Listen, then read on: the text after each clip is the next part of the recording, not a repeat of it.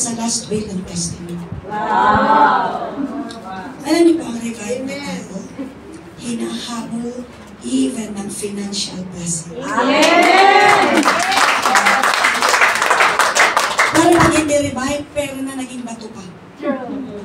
True. Pero pag revive siya, tumatanggap siya ng gabay sa Diyos. Amen. Tapos ang biyaya ng langit kanyang nangin sila. Hirap na hirap ka, pero sabi mo, Lord, dito ako. Pero alam ko, Lord, hindi mo ako pababayaan. Amen. Kasi kaya ka-revive, ang galing mo makipag-usap kay Lord. Ang presence ni Lord, hindi mo mararanasan sa reklamo. Ang presence ni Lord, mararanasan mo sa prayer. Sa worship sa Kanya. Yes. At sa salita niya. At saka alam niyo, pagka-revive ka, hindi ka, uy, alam mo si ganito, nakita mo, bakit, diba? Mapaganda yun kasi naghahanap ng asawa. Hello. Maritas ka na. Marites yan. Amen? Pero pag revive ka, iba. Hindi mo yun pinakuy. Alam mo sis, magkaasawa na siya. Hindi man lang niya naisip na hindi born again yung magpapangasawa niya. Ang isang revive na nasabihan, pag-pray lang natin siya. Kasi Amen. siyempre ang tao may freedom of choice. Yes. Ano ba revive? Kasi may freedom of choice siya. Amen. Lahat tayo may kanayang pumili. Amen. So, ang part ko lang, pag-pray siya na, gabayan siya nila. Magpakinggan niya sila. Ngayon, hindi siya nakinig kay Lord, hindi pa rin ako mas-stress. Pero pag hindi ako revive, yan na sinasabi ko, tigas kasi ng ulo. Ang gagawin kita. Nakapirot ka na. Pero pagka-revive ka na, nakakapag-tingpi ka pa. Hindi lang tingpi, kundi naintindihan mo si Adan at si Eva kasi. Yes. Napansin niyo si Adan at Eva. Amen. Alam mo, ang Diyos natin yung example ng revive kasi never si Lord nag-revive. Pagmaya natin ang Diyos natin.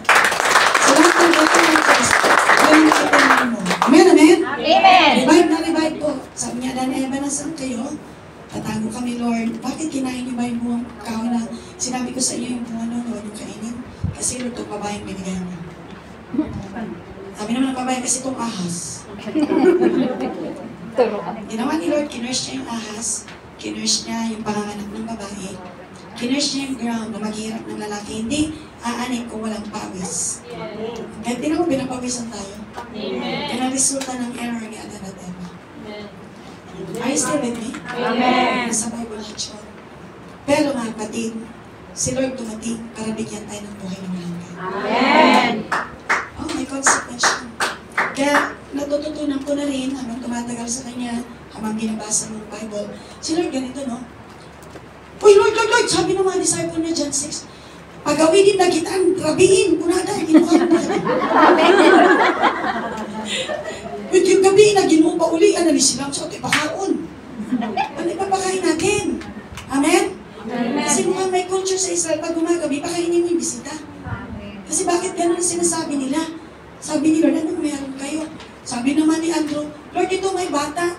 Pero ang meron na sa kanya, 5 loaves of bread to eat. Kasi ganito lang, nung walang food, si Andrew, pagkain, sino may pagkain. Alam ko yun, yung mga matatanda, o kanya-kanya na itong puro kain. Hindi ko namigay yun. Bata ang namigay kasi ang bata, pag meron kang childlike heart, kagaya ng bata, pwede mong ibigay, hindi ka natatakot. Amen. Amen? Amen. Kaya yung binigay niya, pero inisip niya saan naman ito makakarating pa, upuin sila. Si Lord kasi revive, hindi, paano nga to, paano pa ito dagami, hindi siya ganun. Amen. Ay, isa pong revive, mapayapa ang puso. Amen. Pinapray mo ni Lord dyan, dumami lang dyan. Amen. Natataranta si Peter, walang pambayad ng temple tax. Sabi lang ni Lord, sige, buksan mo yung bibig ng isda. Sabi ng sister, Nay, paano ko magtitrip? Kasi ganito, replacement siya ng isa. Sabi nung i-replace niya, Nay, kung sino ang nireveal ni Lord sa'yo na magre-replace sa akin, yung binayad ko, kuhanin niya muna. Yes. At bayaran na lang niya ako, yun yung story. Third batch yun. Sabi ko, Lord, sino? Then God came me. Sabi ko, anak, gusto mong i-replace mo si ganito, bayad na siya. Kasi alam ko, wala talaga itong pambayad. Wala talaga. Wala, alam ko. Nagas ko ba ako? Pero ang kamay ni Lord, siya ang magre-replace, pati binayad. Siya muna, babayaran niya yung sister dahan-dahan. Amen? Amen.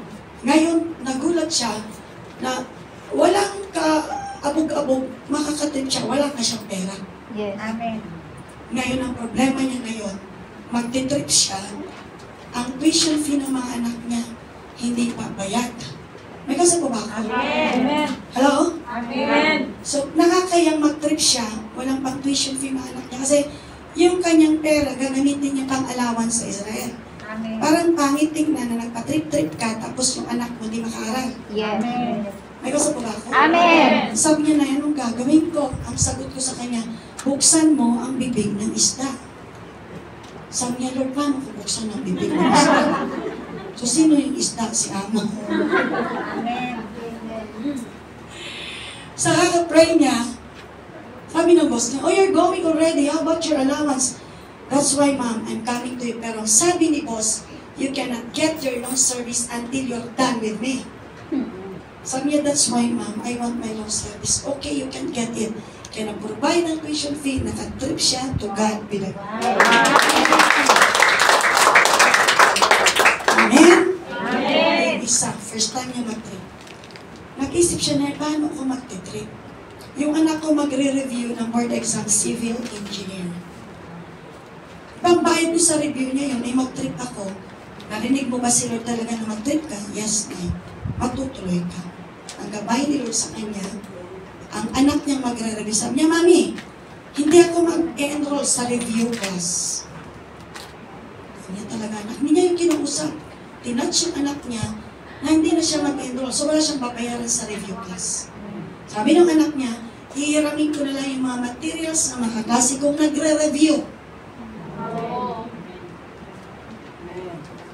Ang ending ng lumabas ng board exam, nakatrip si sister. Siya yung pumasa, yung hinihiraman niya, hindi bukas niya. Hindi naman siya nagbalik, huwag silang mag-isa. Nasa katabi natin, may biyaya talaga. May biyaya talaga. Pag-revive ka. Pag-revive ka.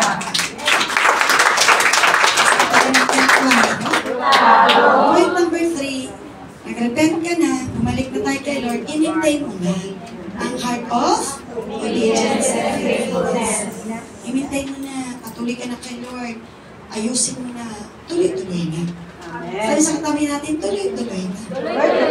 Ano nakalagay sa Matthew 25:21? His His master replied, well done, good and faithful servant. You have been faithful with a few things. I will put you in charge of many things. Come and share my master's. Shinare ni Tatay kanina sa devotionals. Ako din, ang pangarap ko, marinig ko kay Lord John. Welcome, well done, my good and faithful servant. Kaya parati mong iniisip, Lord, today na yung last day ko. Kaya isipin mo palagi, ayusin mo. Kasi pwede, ngayon lang, last day mo sa mundo. Sasabi natin, klaro. So kung gano'n naisip mo, last day mo na, edi ang puso mo ipapalinis mo kayo. Manonotice mo, dati moody ka, hindi ka na magiging moody. Kasi inisip mo yung word ni Lord na well done. Alam niyo yung mentor namin na si Ronald Rami. Ano, good looking po yan, magandang mga. Contemporary nga si Fernando po. Mga artista yan unang panahon. Sino dito mga Fernando po? Siyempre yung kainan natin sila dito. Tayo lang. Yung mga new generations. Hindi ko na rin kilala yung mga kusino yung artista ngayon. Pero hindi nila alam yung kilala natin. Parang alala ko nung sabi nung isa yung alaga mo, kamukha ni ano. Sino ba yung unang Wonder Woman? Hindi nyo rin kilala, no? Ha? Kasi yung pangalawang Wonder Woman ay si Gal Gadot. Pero may unang Wonder Woman. Amen?